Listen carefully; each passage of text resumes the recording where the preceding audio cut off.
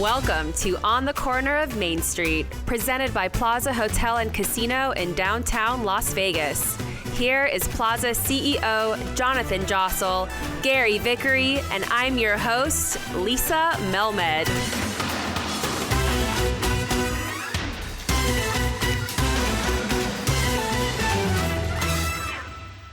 How are you doing today, Jonathan?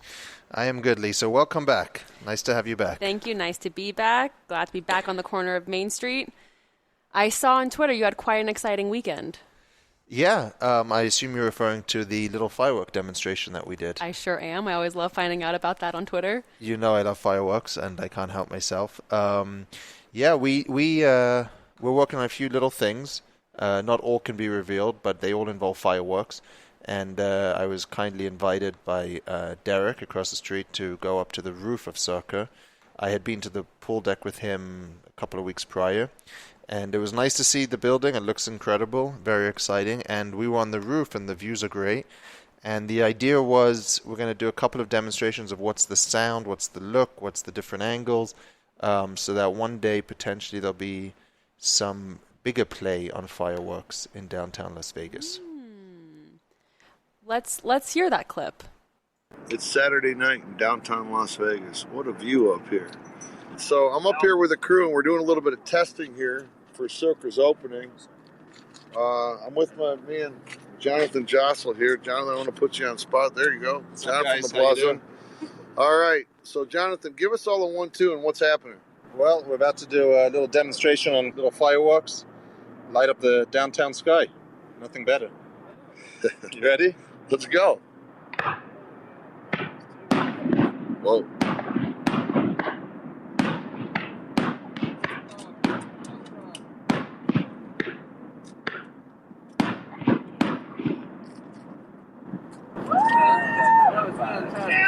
That looks good. Wind coming from the west to the east looks good, man. Oh, there's another. Awesome. Here's the helicopter to see the view. All right, and then the last one is what we call the finale. So it's just a bunch of different product going at the same time. All right. You guys ready?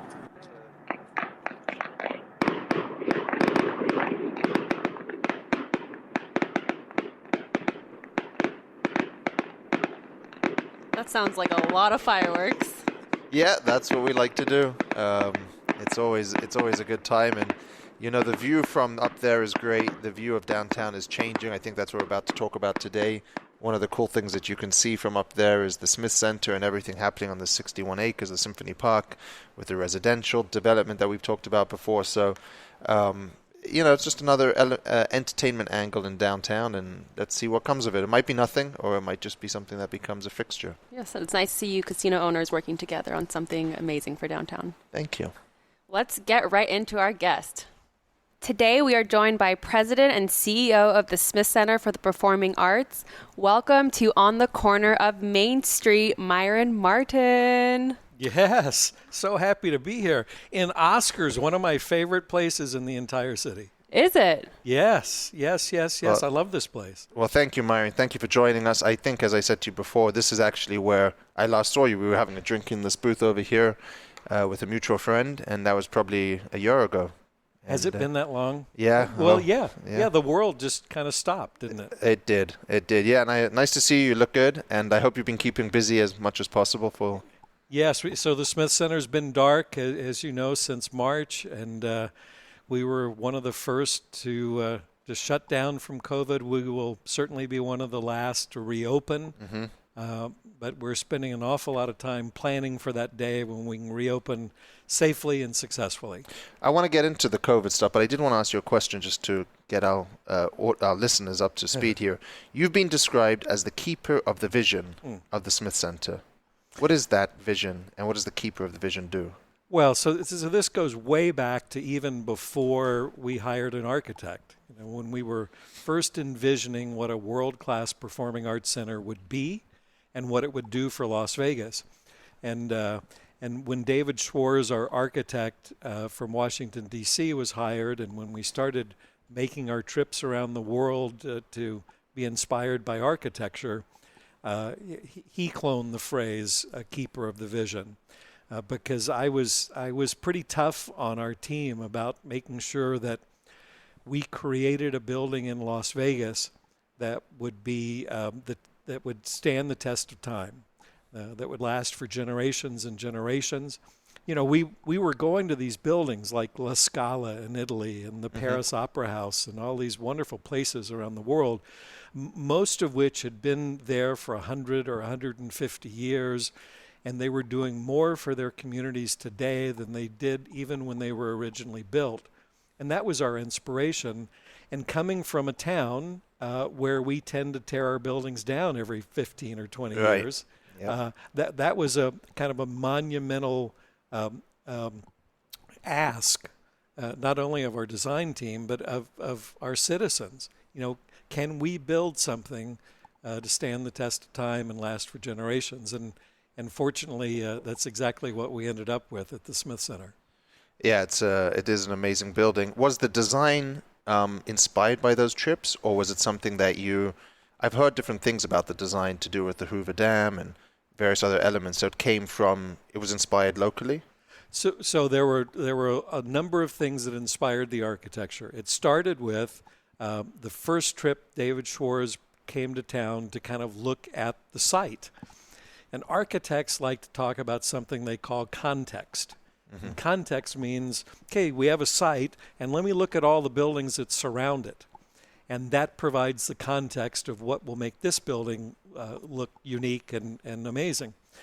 Well, I took him to the site, and it was 61 acres of dirt. The Smith Center was surrounded by nothing.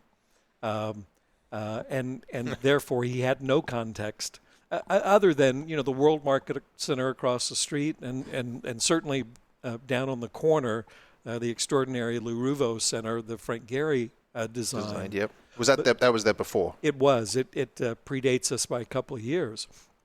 So they were there, but the surrounding land was all dirt at the time. So our design team, our internal team, took a number of trips. Some of the places I mentioned before inspired the Smith Center. There's a theater in Paris, the Théâtre Champs-Élysées, that has these beautiful curved entries into two different spaces. When you go to the section of the buildings where you can go to the right and enter the Bowman Pavilion, or go to the left and enter Reynolds Hall, you'll see those curved entries. They were totally inspired by this beautiful building in Paris. There are inspirations from Italian opera houses and concert halls. The balcony upstairs that overlooks Symphony Park was inspired by the San Francisco War Memorial Opera House. And it's the best view of the plaza from there, I think, that thank balcony. You. Yes, it's a wonderful view of the plaza. So I would go to San Francisco in an intermission and before shows, I would see all these people on the balcony at the War Memorial Opera House, and it kind of animated the building. And I thought, what a great way to bring, you know, the outside in and vice versa, and let people see that something's going on. That's where that happened. And I could go on and on. Right. But it did start with the Hoover Dam. David Schwartz, the architect, when he found out that there really was no context, he said, let me go back and study this a bit. Not only did he have his own architectural practice in D.C., but he taught architecture at the Yale School of Architecture, so he's a smart guy. And he put a group of people together, and within a couple of weeks they came back to me and they said, you know, Las Vegas really became a city when the Hoover Dam was built. And during that period was when kind of the masculine Art Deco was in vogue. It's certainly how the design of the Hoover Dam came about. And he said, we would like to use Art Deco as the inspiration for the Smith Center. Now, in a city that has lots of faux buildings, you know, we have a fake opera house and a fake Sphinx, and right, and we have the Eiffel Tower and all kinds of other things up and down the Strip. He said, we can't afford to do anything that looks faux. Right. But we're going to use Art Deco as the starting point, as the way to inspire this building. And that's where it started. And lastly, Jonathan, I will say when you walk into the grand lobby of the Smith Center and you see that beautiful statue on the staircase, that too was inspired by the Hoover Dam. If you go out to the dam, there are two sculptures sitting down with these winged figures with their wings up, but they're sitting. Okay. They're almost like bookends out at the Hoover Dam. We asked a great sculptor from Nevada what would happen if those winged figures were inspired by the arts, and his answer was they would take flight. And so that sculpture in the lobby of the Smith Center is of this genius taking flight. Oh, wow. Fascinating. So again, Beautiful. sponsored by, or inspired by the Hoover Dam. Exactly. We've had Mr. Mayor Goodman, Oscar Goodman, on this show. We spoke about how he was the visionaire of the Symphony Park. So fill us in. How did this come to be from Oscar Goodman being mayor? Were you meeting with him? How did this all develop? Yeah. So the conversations around bringing a world-class performing arts center to Las Vegas started even before Oscar Goodman's tenure. So you're talking about in the 90s? Yes. At that point? Yes. Late 90s. Okay. Jan Jones, during her tenure as mayor, there were kind of early conversations. And back then, there were two groups of people that had kind of an idea of a performing arts center. One group believed that it should be in Summerlin, and it should be kind of a Eurocentric art form palace where rich and famous people could go and have their doses of culture. And the other group, the group that I was a part of, believed that it needed to be in the heart of downtown. It needed to be accessible to anyone in the Las Vegas metropolitan area, including people just north of where we're sitting here at the Plaza Hotel in North Las Vegas and in West Las Vegas. We believed that a world-class performing arts center needed to inspire families throughout the valley. So you've been here since the 90s talking about this project? Yes. Wow. Okay. Yeah, there was a group of community leaders, Don Snyder and Nancy Housels and Scott McTaggart and Dr. Keith Bowman and some other great folks. Interesting connection. Nancy Housel's husband Cal was the original developer of the plaza. Yes. We call him J.K. But Of course, J.K. Yeah. But he was the original, one of the original developers of the plaza in the 70s. And what an amazing man J.K. Housels was, and all the things he did in this town, and the stories he had. He's an important part of Las Vegas history, that's for sure. Yeah, doesn't always get the credit for that, but definitely. Yeah, but those who know. Those who know. That's true. Right. Yep, that's right. That's true. So that group of people were together here thinking about this already. Yes, and all believing that it needed to be downtown, and Oscar agreed. If we're going to have one of the great performing arts centers in the world, it needs to be in downtown Las Vegas. He was not only a great cheerleader for big projects, but he inspired people like me to get things done. And Jonathan, I don't know if you've heard this story, but I'm going to share, because we're sitting here in Oscars, I'm going to share my favorite Oscar story. We were on a trip to West Palm Beach, Florida. There was a developer back then called the Related Companies who was looking at developing the 61 acres that's now called Symphony Park. And they were working with the city, and they wanted the mayor and Councilman Weekly and a couple of others to see this project they had done in West Palm Beach. Well, it turns out the project was inspired by and made possible because of a world-class performing arts center that preceded it just across the street from this 60-acre project in West Palm called City Place. Okay. The Performing Arts Center in Palm Beach was in a neighborhood that I remember because I used to travel down there that wasn't a very good neighborhood. And they built this world-class Performing Arts Center. And before you know it, the Related Companies saw how it changed the entire downtown, and they then built the 60-acre development. So So the point is, the mayor wanted us to see this as well. So Don Snyder and I traveled with he and the councilman. At the time, Don was still president of Boyd Gaming. Oh, okay. And So a business trip with Oscar. it was a business trip with Oscar. This has to be a good story. On the Boyd plane. Okay.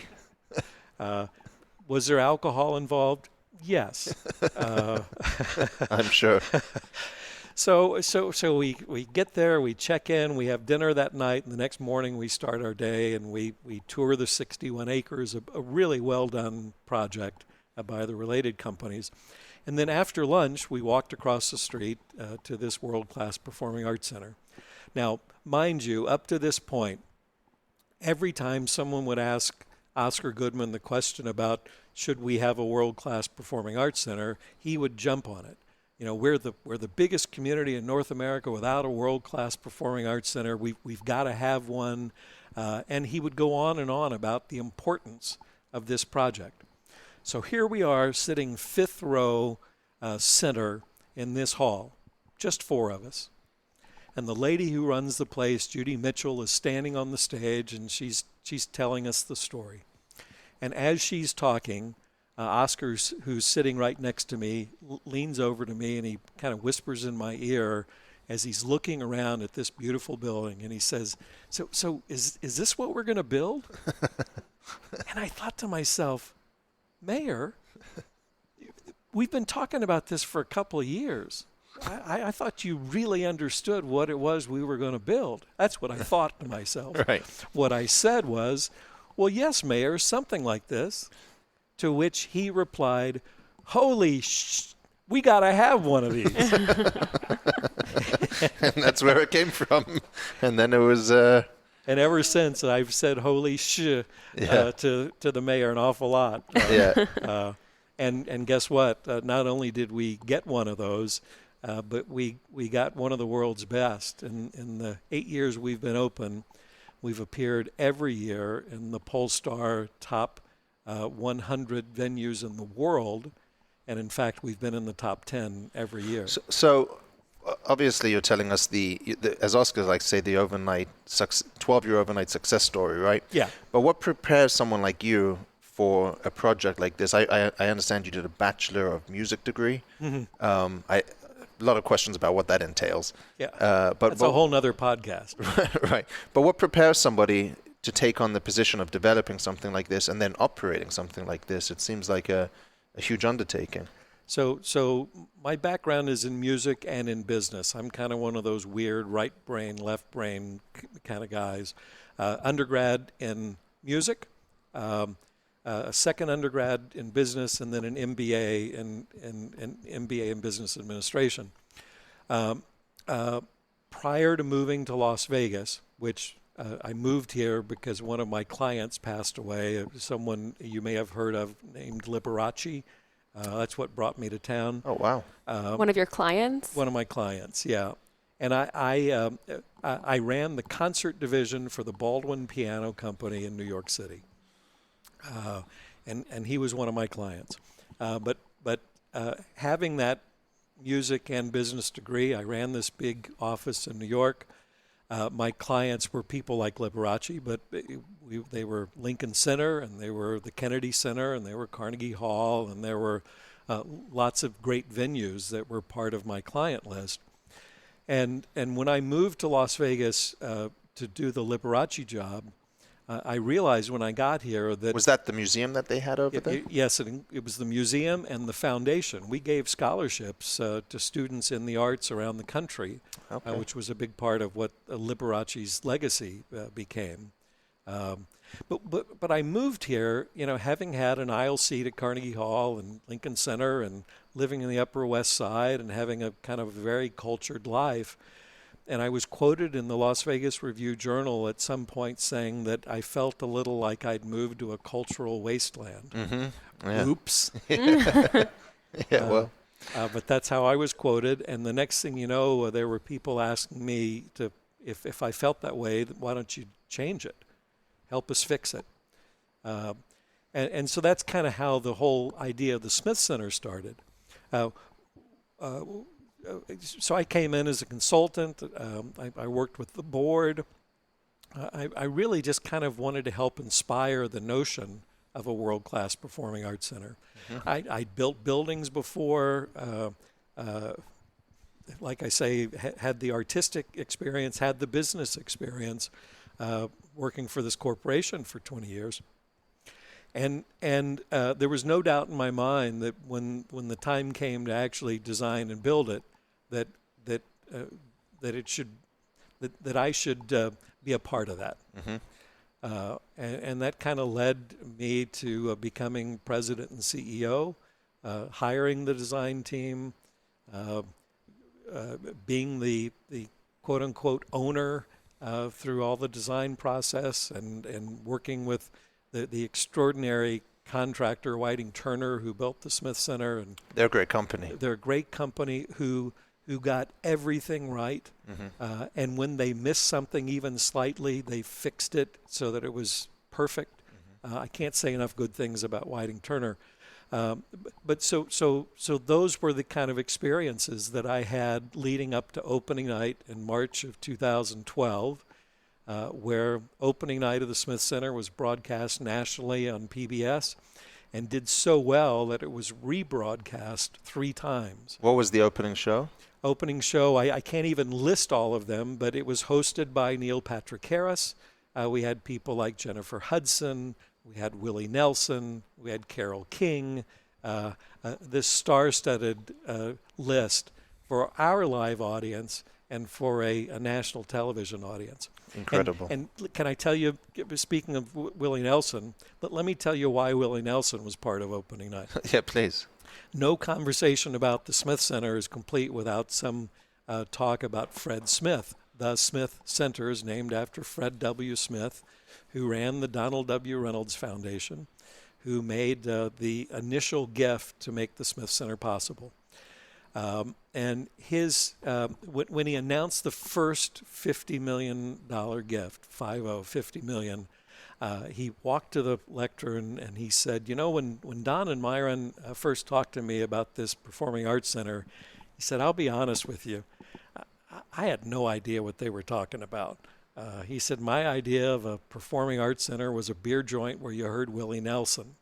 Oh, wow. So we made certain. You made it come full circle. That Mr. Nelson was there on opening night. Amazing. Yeah. So why do you think that this got off the ground and so successfully, which we'll talk about in a minute, but there were so many attempts to bring culture to Las Vegas, so many attempts to bring art and performance, and certainly maybe not to this scale, but even in a smaller scale, which people just didn't make happen. There was a lot of talk and it wasn't able to come to fruition. I remember a story of, it was more in the art world, but someone wanted to bring a museum here and they brought some big art collectors and people from another city, and they said, we want to show you what we can do, and they took them to dinner at SW, not to not say anything negative about SW, but they saw the frog and they said, look how cool this is, and the people are like, yeah, this is not for us, this isn't our, I mean, the frog is cool, but it's to the outside world, it's a bit of a gimmick, I guess.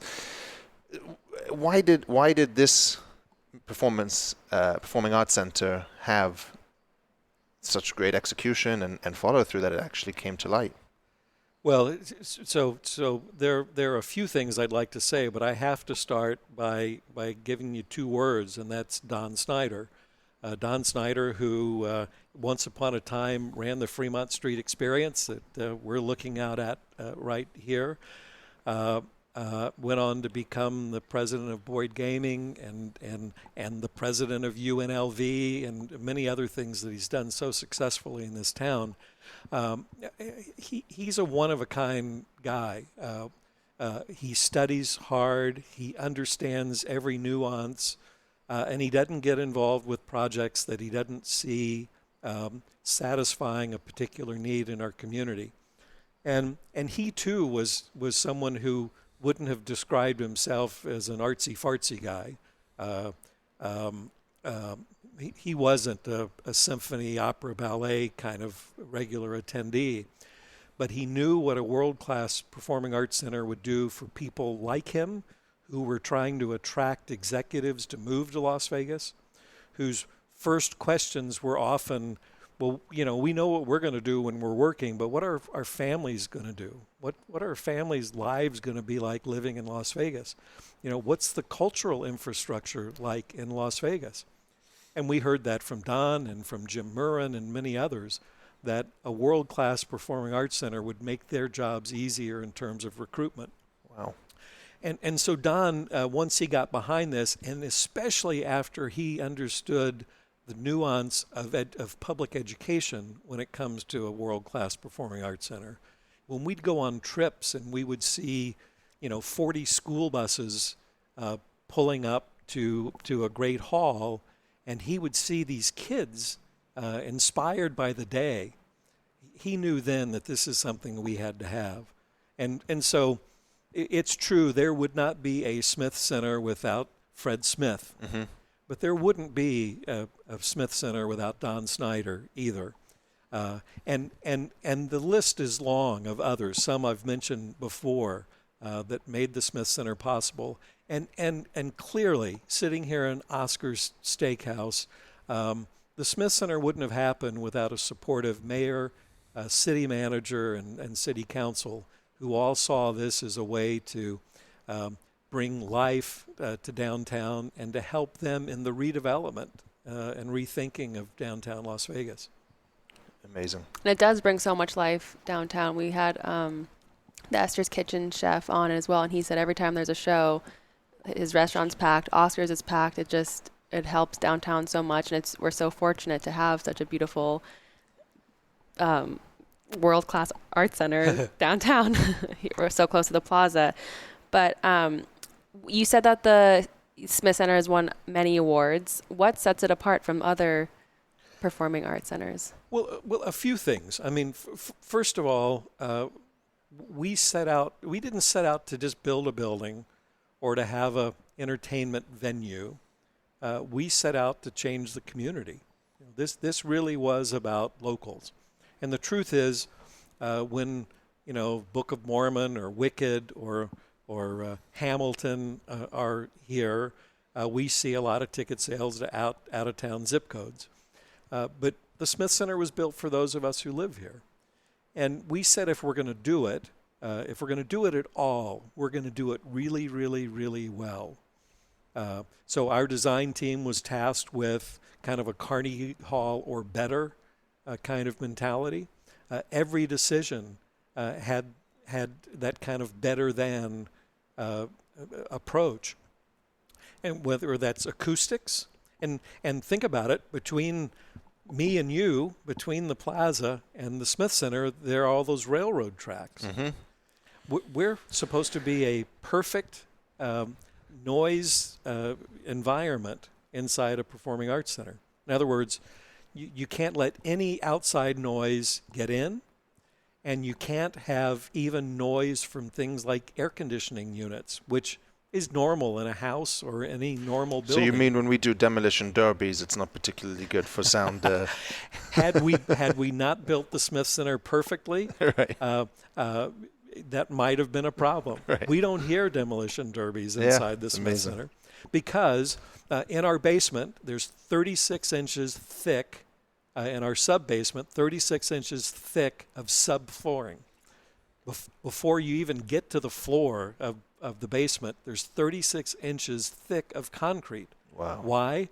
Because that helps mitigate the vibrations from the railroads. Even the ceiling, which the Reynolds Hall is a building within a building, and the ceiling is concrete to make sure that no noise from a helicopter passing by could get into the building. So my point is that kind of every decision was to create something extraordinary from day one, not just to build yet another performing arts center, and we succeeded at that.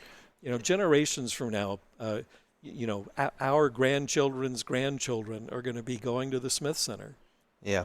You mentioned Carnegie Hall, but do you have a place in mind in the world where you think of as the high watermark of theaters that you would say, yeah, that's number one? Or, I mean, Smith Center aside, of course.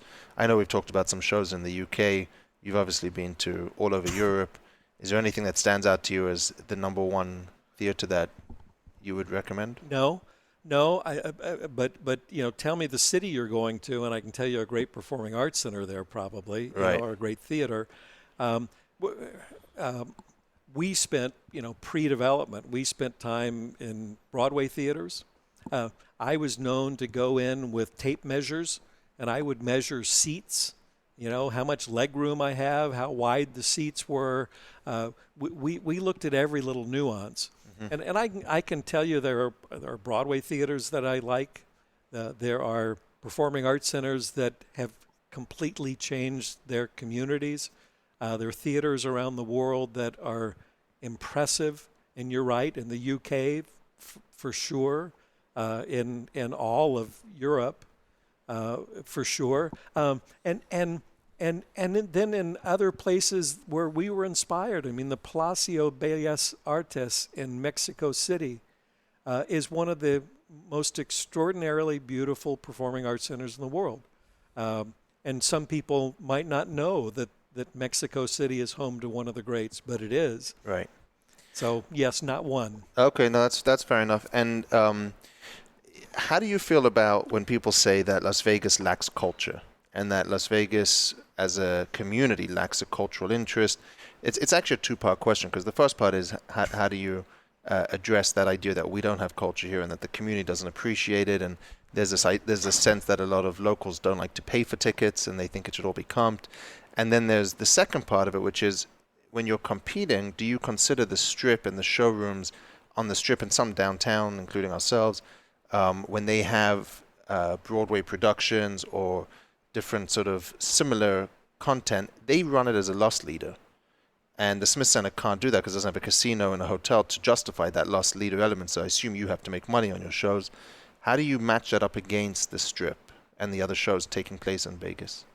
So there were at least 87 questions in there. I'm not sure I'm going to remember them all. Yeah, the first one's, let's talk about the lack of culture supposedly in Las Vegas. Well, and remember, I said that to the RJ when I moved here. Right. I mean, that's kind of how I felt in the beginning. But in fairness, this city owes a great debt of thanks to UNLV. The UNLV Performing Arts Center for 3 decades provided this city its doses of culture. We should all be very thankful for the role UNLV played. But others, I mean, the Summerlin Library has a theater which is great for what we call kind of neighborhood and regional theater productions. And there are others like those around our city. The Strip has served as kind of the place where locals go to get entertained, in the past. And I will, to jump to your last part of this, I will tell you there are times when I am disappointed. And the first name that comes to mind is Tony Bennett. Now, Tony Bennett's played every great performing arts center in the world. What? That's where I last saw you. Was when Tony Bennett played with Lady Gaga. That's true. I saw you there. Night. That was incredible. Yeah, that was a wonderful night. Was that the Cosmo? No, at the Park MGM, which also hasn't reopened. But right. When we went to that show, which was last June. You have a good memory. Yeah. I couldn't have told you. I couldn't have guessed it when that was. Yeah, it was last June. That's when I saw you. That's right. Well, and so Tony Bennett has always been kind of that artist that I wanted to make sure we could bring to the Smith Center, and we've not been able to get him because we're a nonprofit. You're right. We don't have a casino. We don't have other ways to fund performances.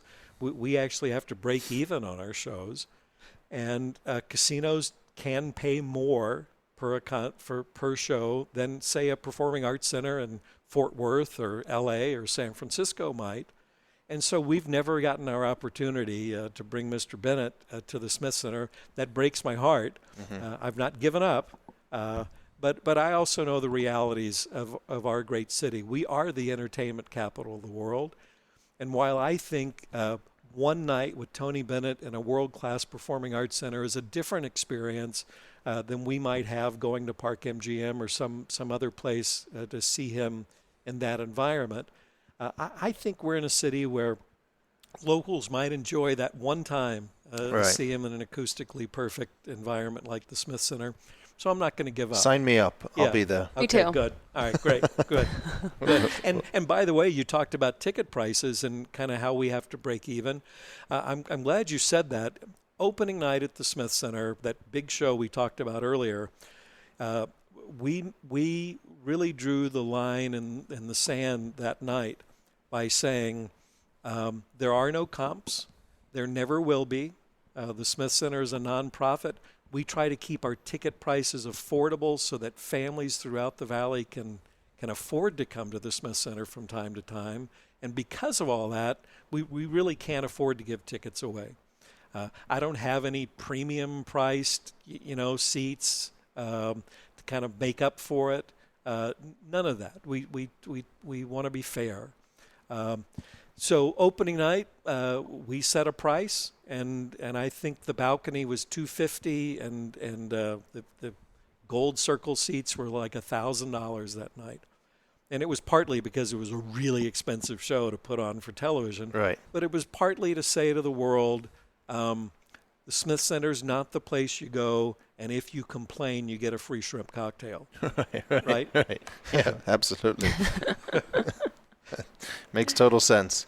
My favorite show was The Hungry Caterpillar. I took my 3-year-old to see The Hungry Caterpillar. Yay. He definitely enjoyed that. It makes me so happy to see families come to the Smith Center and do the family shows like that. And Hungry Caterpillar, of course, we did performances for school time kids where school buses full of young I remember ones that, yep.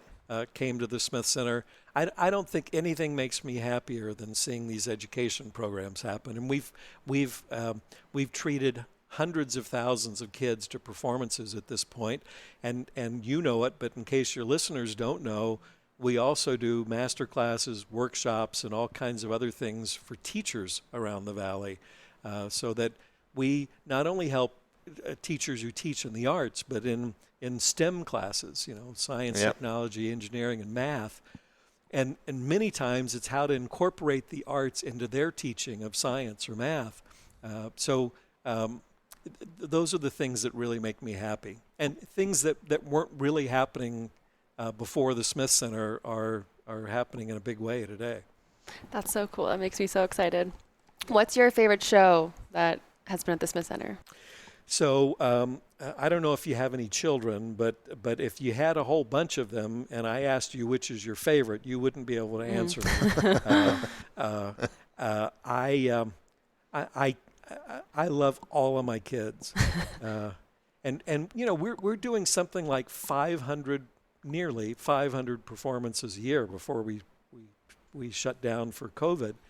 And you think about that in the 8 years. I mean, we're approaching the 4,000 performance mark in that short amount of time. Wow. And out of 4,000, could I pick one? No. I love them all. Not even Hamilton? My biggest disappointment so far has been canceling Hamilton during COVID. And I think probably for that reason, my biggest cheer, my biggest celebration will come when we announce the new dates for the return of Hamilton. You don't want to give us a preview? No, because I don't know when we're reopening yet. No, that's fair enough. Now that you mentioned COVID, so allegedly today we're going to hear that events can start taking place up to maybe 250 people. Supposedly that's happening at 4 o'clock today. I read somewhere, though, that for the Smith Center, 250 won't cut it, and your intent is not to reopen in a socially distant manner because it doesn't work necessarily in theater. Tell us a little bit about that and, what you've been able to accomplish what you've had to accomplish in the last six to 8 months. Yeah, so I said it to you earlier. I've said it directly to the governor that I expect that we'll be among the very last to reopen. It's true. You can't socially distance in a theater. And when you think about it, when you're there at Hamilton and you feel yourself tearing up in a moment, and you kind of look around and you see the people around you are emotionally taken by something that just happened on stage. When you're laughing out loud and you're realizing that you're surrounded by people who are laughing, That's part of the theater experience. You can't get that in a 2,000 plus seat theater with only 50 other people or 200 other people, Right. the closest of which might be 6 feet away or further. So we know we're going to be. What did the governor say? Well, no, listen, he understands. He understands, and I think he appreciates the fact that, in a state where a lot of people are asking him to please let us reopen sooner, we've not done that. We've never asked for him to escalate the timing of this, because the truth is we're not in control of this particular decision at the Smith Center. COVID is in control of these decisions. So are theaters open in other states, or is everyone across the board pretty much in the same position? Yeah, I am on so many Zoom calls every week with various contingencies. There's a group of Las Vegas theaters, including those on the Strip and the T-Mobile and the Raiders and the National Finals Rodeo and all the rest. And there's a group that I'm on every week of the CEOs of the top 40 performing arts centers in America. They are all closed. We're all closed. Some are trying to find ways to do, something outdoors for 50 people. Right. Because 75% of the Smith Center team is furloughed now, and because, as you know, you can't bring someone off of furlough for a day or two just to do something in the park for 50 people. We've opted not to try to do those things at this point. We want to reopen perfectly. We want to open safely, and we want to do it in a way that people appreciate that we've kept their health in mind along the way. So what have you been doing mostly during this time of shutdown, or when it was shut down? So we've been doing a lot of planning. We've got a 52-page document. Wow.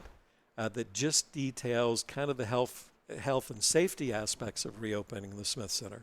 This includes things like we've purchased these giant machines, these Clorox electrostatic cleaners that help get in the cracks and crevices. And they're very good. We use them downstairs on the slot machines. Yeah, they're good. Yeah, I mean they get in everywhere and they kill these germs. Absolutely, we've invested in those things. We've spent time re-engineering our HVAC systems with a higher MERV rating for the filtration.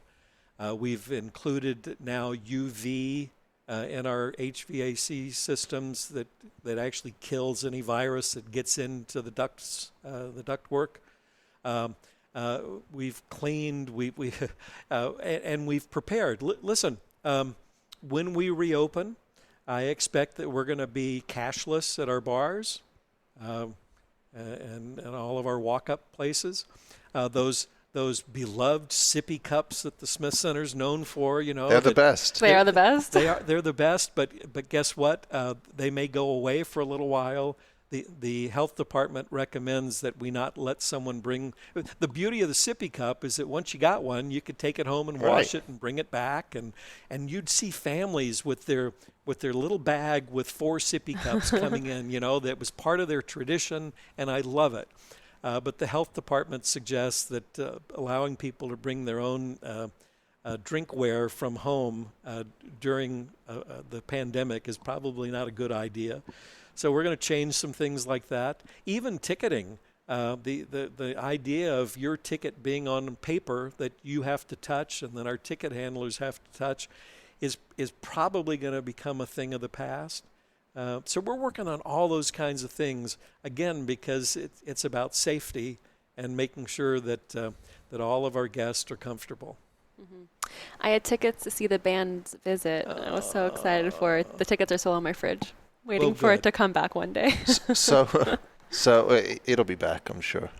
I just came out of a meeting before I came here. We're discussing a bridge across the train tracks, and you and I have sat in joint meetings for that stuff for many, many years. What do you see as the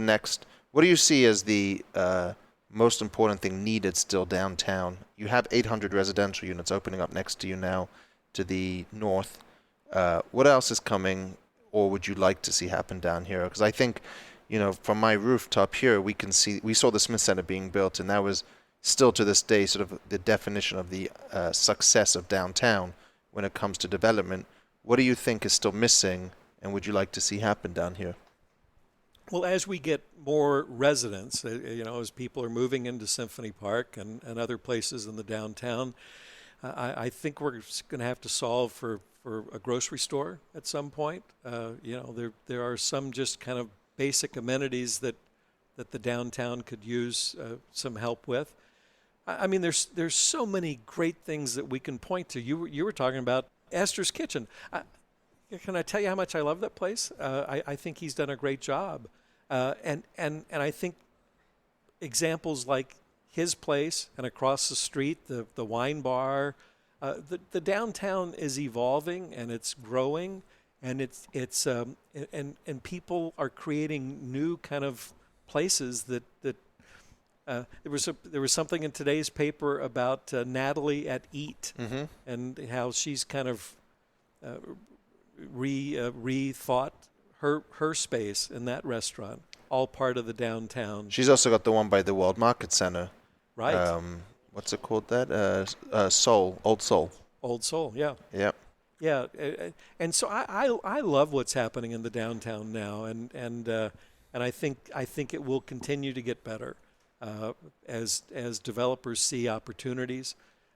I can't wait to see kind of who our next neighbor will be in Symphony Park. I mean, the Ruvo Center's been great. I think the Cleveland Clinic will probably expand. I hope they do. What they've done for our community is big. I can't wait to see kind of who else finds What their about way the under convention center that's opening up next to you? Yeah, so the Smith Center was built for those of us who live here, right? The convention center is probably primarily for people who come to visit. Will that have an impact on us? I don't know. Could some big furniture brand say, we want to have a kickoff for a brand new line, and we want to invite 2,000 people, and we want to put it on the stage of the Smith Center? I suppose some things like that could happen. That would be good. Yeah. And the World Market Center does wonderful work, and we work closely with them. And I think what they're doing is terrific. And I think it's going to be great for tourism. I think it's going to be great for your business when the convention center opens. So what's amazing is oftentimes, I'm not sure I'm allowed to tell you this, if it's a good thing or not, but I go to the park next to the Smith Center with my kids, and we'll throw a ball around there or something. It's a nice green space down there. I'm not sure you're allowed to do that, but security is always very friendly. But are you allowed to do that? Of course. So it's a private park. It's owned and operated by the Smith Center, and there are times when we close it off for events or other things. But it's also the most photographed place in Las Vegas today. There isn't a day that goes by that I don't see someone down there taking wedding pictures or engagement photos or graduation pictures. It's the Tim Bavington. Tim Bavington art sculpture, exactly. Yes. Yeah. Yeah. So we go down there most Sunday mornings earlier and play catch or something. And what struck me is you got these 800 residential units. You can see the convention center. Then you talk about the bridge and the train tracks, and all of a sudden you have a little bit of a neighborhood and a feeling of a city where people can actually walk around. I would love to imagine there'd be some restaurants on that side, and people living there can actually go downstairs to see a show, go have dinner on that side, or walk over here across the train tracks to Oscars and connect this whole area that's now seeing. It was always hard for you and I think we were on the Downtown Alliance together probably a decade ago, and it was like, well, let's build. You're getting old. It was like, well, I was only 21 then. No, I'm joking. It was like, let's build a bridge. And it was like, well, build a bridge to where? Yeah. There's nothing there. But now you're seeing all this stuff happening, and it kind of makes sense. Well, I tell you, and it gets back to your question about, what would excite me about development in Las Vegas. I don't know that anything might excite me more than you building a bridge that would connect Main Street with Symphony Park. Frankly, I think it makes it easier for artists who are performing at the Smith Center to stay at the plaza. I think it makes it easier for people that want to come to Oscars for a pre-show dinner. and then walk across the bridge to the Smith Center for the performance, and then come back here because their car's here, Right. and have cocktails afterwards. Yep, I think it's good for your business. I think it's great for my business, and frankly, I think it's great for all of downtown because people will all kind of benefit. Frankly, other hotels and restaurants as well. But I think that's actually what's cool about down here is we all work together. Yeah. And the other hotel owners and everyone supports everyone else's improvements because we're in a position where whatever's good for downtown will be good for all of us. Yeah, good. But by the way, for your listeners, I want them to know that I am sitting not 6 feet from Jonathan, but Probably 12. at least 12, maybe 18. Because we're in Oscars. There's And plenty of room. and we're socially distant. Well, you don't have a martini in front of you, though, which isn't good. I have a Pellegrino, We'll though. get So next time. I have one more question, though, because I love what you Sure. said about the grocery store. I think downtown definitely does need a grocery store. But what about culturally? What are we missing culturally? Well, there was a really good attempt to bring an art museum to downtown Las Vegas that's on hold for the moment. I believe that that Las Vegas deserves a really great art museum, and if there is one, now I'm playing Oscar's role here because when there was talk about a world-class performing arts center, he said it needs to be downtown. I believe that if we get a great museum in Las Vegas, it should be in downtown Las Vegas. Do you think it could start, though, with a smaller concept? Does it need to open in a similar fashion to the Smith Center as an instant world-class destination? I think there's some debate about whether it should start small and build into something versus, no, will Las Vegas open with a world-class museum off the bat? I guess that's like the conversation about, do we start with a minor league baseball team and then hope to get a major league baseball team, or do we just go for it like we did with hockey, like we've done with football? I don't know. This is a go big or go home city. Yeah. And I'm not sure a taste of a museum is enough to engage this community. I think I'd put my money on going big. I'm with you on that. Absolutely. Well, thank you so much for joining us. We can't wait to see you back again in the Smith Center, hopefully sooner rather than later. You can learn more about the Smith Center at thesmithcenter.com or at Smith Center LV. And you can tweet Myron at Myron G. Martin on Twitter. Nice. Thanks so much, guys, for having me. And anytime I can come sit in this beautiful place, I'm here with or without a martini. Well, thank you, Myron. Thank you for your time. This was brilliant. Wow, it's already been an hour. We'll be back again soon, but in the meantime, follow us on social. On Twitter and Instagram, it's at PlazaPod. And on Facebook, find us at Plaza Podcast. Or you can go right to the top and tweet Jonathan, at Jonathan Jossel. We'll see you next time from right here on the corner of Main Street.